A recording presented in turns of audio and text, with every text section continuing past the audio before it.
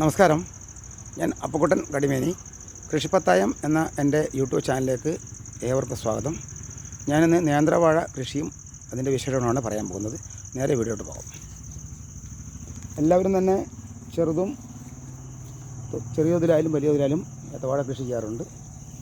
ഞാൻ ശരാശരി എല്ലാ വർഷവും ഒരു 25 മുതൽ 50 വരെ വാഴ ചെയ്യാറുണ്ട്. വലിയ തോതിലൊന്നുമില്ല, നമ്മൾ സ്വന്തം ആവശ്യത്തിന് അതിന് കുറച്ച് നമ്മൾ അധ്വാനത്തിൻ്റെ ബാക്കി കൊടുക്കും.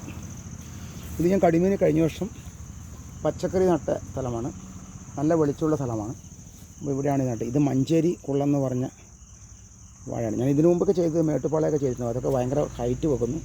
അപ്പോൾ അതിന് താങ്ങുകാരൊക്കെ കൊടുത്തില്ലെങ്കിൽ കാറ്റത്തെല്ലാം പറ്റുന്നത്. ഇതിപ്പോൾ അത്ര വലിയ ഹൈറ്റൊന്നും വെക്കില്ല. ഇതിന് വലിയ ഇത് മാത്രമേ ഇത് വേഗം കൊലക്കുകയും ചെയ്യും. നമുക്കൊരു 8-ാമത്തെ മാസം ആകുമ്പോഴേക്ക് ഇതിന് കൊല വെട്ടിയെടുക്കാൻ പറ്റും. ശരിക്കും നോക്കിയാൽ ഒരു 10 കിലോ 12 കിലോ ശരാശരി 10 കിലോ കൂട്ടിയാൽ മതി. ഇതാണ് ഇതിൻ്റെ പ്രത്യേകത. ഇത് ഞാൻ തികച്ചും ജൈവ രീതിയിലാണ് ഇവിടെ ചെയ്തിരിക്കുന്നത്. നടുമ്പോൾ കുറച്ച് ഡോളോമൈറ്റ് ഇട്ട് കൊടുത്തിരുന്നു. അതിനുശേഷം അതിൽ തന്നെ കുറച്ച് എല്ലുപൊടിയും കോഴിവളമൊക്കെ ഇട്ടിട്ടാണ് നട്ടത്. അതിനുശേഷം രണ്ടാമത് ഒരു കോഴിവളം കൂടി കൊടുത്തിരുന്നു. പിന്നീട് ഞാൻ പച്ച കക്ക പൊടിച്ചത് ചേർത്ത് കൊടുത്തിരുന്നു. ഇതിന് കുറച്ചും കൂടി നന്നായിട്ട് ഗുണമുണ്ടെന്ന് തോന്നുന്നു. പിന്നെ ഇപ്പം ചെയ്തത് കുറച്ച് പൊട്ടാഷിൻ്റെ കുറവ് നമ്മളെ മറ്റേതൊന്നും കിട്ടില്ല. അതുകൊണ്ട് പൊട്ടാഷ് ശേഷം ഇട്ട് കൊടുത്തിട്ടുണ്ട്. പൊട്ടാഷ് ഇട്ട് കൊടുത്തിട്ടാണ് ഈ മണ്ണ് ഇപ്പം കൊടുത്തത്. ഈ ഒന്നും കൂടി മണ്ണ് ശരിക്കും കാടൊക്കെ കളഞ്ഞ് കൊത്തി കൊടുക്കും.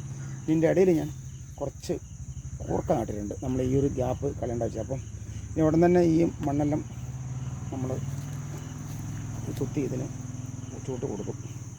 ഇതിൻ്റെ ഇടയിൽ നിന്ന് നമുക്ക് കാട് പോവുകയും ചെയ്യും, നമുക്ക് കൂർക്കയും കൂടി കിട്ടും.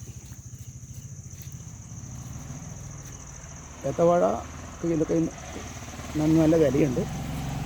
ഇപ്പം ഒരു വർഷമായിട്ട് നമുക്ക് ഏത്തവാഴക്ക് വലിയ വിലക്കുറവില്ല. ശരാശരി വില കിട്ടുന്നുണ്ട്. കഴിഞ്ഞ സീസണിൽ നമുക്ക് 60 രൂപ വരെയൊക്കെ വില പോയിരുന്നു. ഇപ്പോഴും 45-50 രൂപയൊക്കെ വിലയുണ്ടായിരുന്നു. അപ്പോൾ സ്വന്തം ചെയ്യുകയാണെങ്കിൽ ഏത്തവാഴ കൃഷി വലിയ തരുന്നില്ല. പിന്നെ വലിയ രീതിയിൽ നമ്മൾ ആ രീതിയിൽ തന്നെ നമ്മൾ ചെയ്യണം. അപ്പം പിന്നെ ഇത് നമ്മളിങ്ങനെ ചെയ്യുമ്പോൾ സ്വന്തം ചെയ്യുമ്പോൾ ഇതിൻ്റെ കായക്കെല്ലാം നല്ല ഗുണമുണ്ട്. നമ്മൾ സ്വന്തം ആവശ്യം ചെയ്യുന്നതുകൊണ്ട് രാസവളാതി ഉപയോഗിക്കാത്തതുകൊണ്ട് അതിൻ്റേതായ ഒരു ടേസ്റ്റ് പഴത്തിനെല്ലാം കാണും. അതുകൊണ്ട് മുറ്റത്ത് 1-2 വാഴയൊക്കെ എല്ലാവർക്കും വെക്കാം.